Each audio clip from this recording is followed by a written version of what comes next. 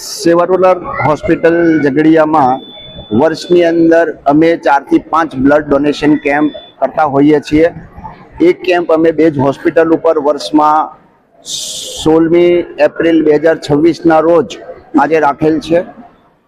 હોસ્પિટલની અંદર વર્ષે દિવસે 2000 જેટલા રક્ત બોટલની જરૂર પડતી હોય છે અને અમારી મધર બ્લડ બેંક સુરત રક્તદાન કેન્દ્ર છે, ત્યાંથી અમને રક્ત પૂરું પાડવામાં આવે છે।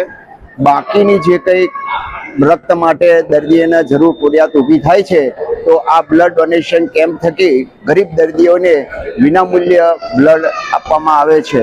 અને અમારી પાસે હોસ્પિટલમાં બ્લડ સ્ટોરેજ સેન્ટર અત્યારે ઉપલબ્ધ છે કે જેના થકી ગરીબ દર્દીઓને આ વિસ્તારના લોકોને બ્લડની જરૂર હોય તો અહીંયા દાખલ કરીને એનું બ્લડ વગેરે ચડાવવામાં આવે છે। આ બ્લડ ડોનેશનનો કેમ્પ હેતુ એવો છે કે લોકોની અંદર આ અંગે જાગૃતિ ફેલાય અને જરૂરી સમયે બ્લડ જે તે વ્યક્તિને મળી શકે એવો હેતુ છે।